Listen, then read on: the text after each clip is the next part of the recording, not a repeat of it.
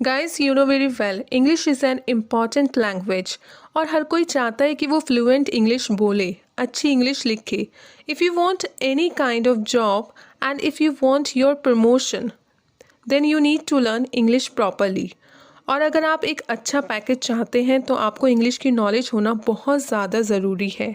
If you don't have any knowledge about English then your condition would be like a fish out of water. क्योंकि English एक link language की तरह है.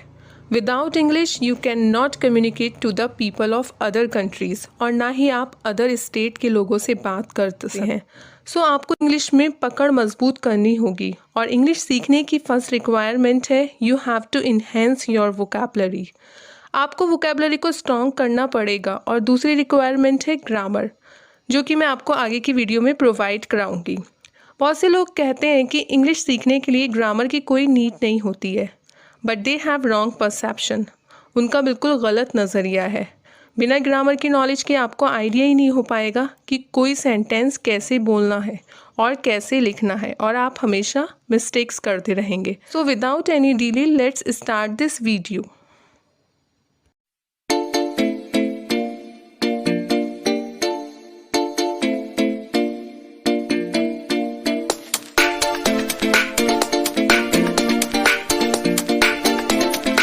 Hello students, today I am going to tell you 15 new words of English vocabulary. आज आपके सामने मैं 15 new words लेकर आई हूँ इंग्लिश वोकैबुलरी के. चलिए स्टार्ट करते हैं पहले वर्ड से. The first word is abandon and the meaning of this word is leave. Abandon का मतलब होता है छोड़ देना. And the example of this word is the captain gave order to abandon ship. कप्तान ने जहाज़ को छोड़ देने का आदेश दिया. And the second word is abdicate and the meaning of this word is quit. छोड़ देना, पद छोड़ देना. इसका मतलब है पद छोड़ देना. And the example of this word is the king decided to abdicate in favour of his son. राजा ने अपने बेटे के लिए अपना पद छोड़ देने का निश्चय किया. And the third word is abstain and the meaning of this word is avoid. Abstain का मतलब है बचना, किसी चीज़ से बचना, किसी चीज़ को avoid करना. And the example of this word is he always abstains from smoking. वो हमेशा धूम्रपान से बचता है, वो हमेशा धूम्रपान को avoid करता है. And the next word is acquaint. acquaint का मतलब होता है familiarize, जान पहचान बनाना. And the example of this word is we should always acquaint with good people.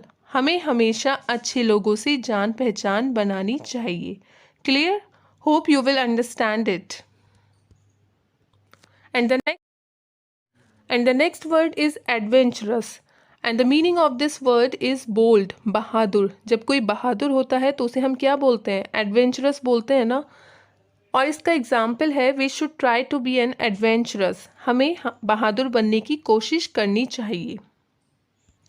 अब नेक्स्ट वर्ड है एंशियंट और इसका मतलब होता है आउट ऑफ डेट, जिसे हम क्या कहते हैं? प्राचीन, बहुत ज़्यादा पुराना होना. एग्जाम्पल है we should try to save our ancient culture. हमें अपनी प्राचीन संस्कृति को बचाने की कोशिश करनी चाहिए. Now move to another word and the word is applause. Applause का मतलब होता है प्रेज, तारीफ करना. और इसका एग्जाम्पल है his mother apologises him for his hard work. उसकी माँ हमेशा उसके कठिन परिश्रम के लिए तारीफ करती है. We have another word and the word is Amazon. Amazon का मतलब है a tall and strong girl, वीरांगना, जिसे हम वीरांगना कह सकते हैं. And the example of this word is Rani Lakshmibai was an Amazon women. Rani Lakshmibai एक वीरांगना थी. Clear? The next word is amiable and the meaning of this word is likeable. Amiable का मतलब होता है सुशील.